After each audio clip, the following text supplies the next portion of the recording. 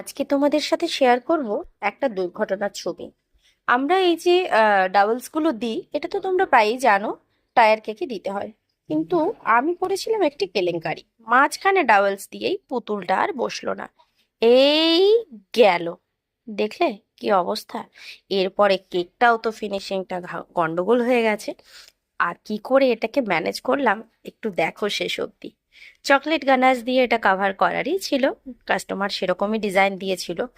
Chocolate ganache দিয়ে cover করার পরে এরপরে আমি পুতুলটাকে কিভাবে বসালাম দেখো। ফার্স্টে ক্রিম দিয়ে একটু উঁচু করে নিলাম, তারপরে পুতুলটাকে আস্তে করে বসিয়ে দিলাম। ও, ওর পেছন দিকেও একটা বড় ফ্লাওয়ার করে দিয়েছিলাম, জাস্ট ফর সাপোর্ট। আর সাইডে যেভাবে কাস্টমার বলেছিল সেভাবে ডিজাইন করলাম। একটু হয়তো দেখতে খারাপ লাগছে, পুতুলের জামাটাও পরিয়েছি পরে। আর কয়েকটা চকলেট দিয়ে শেষ করলাম। কেমন হয়েছে?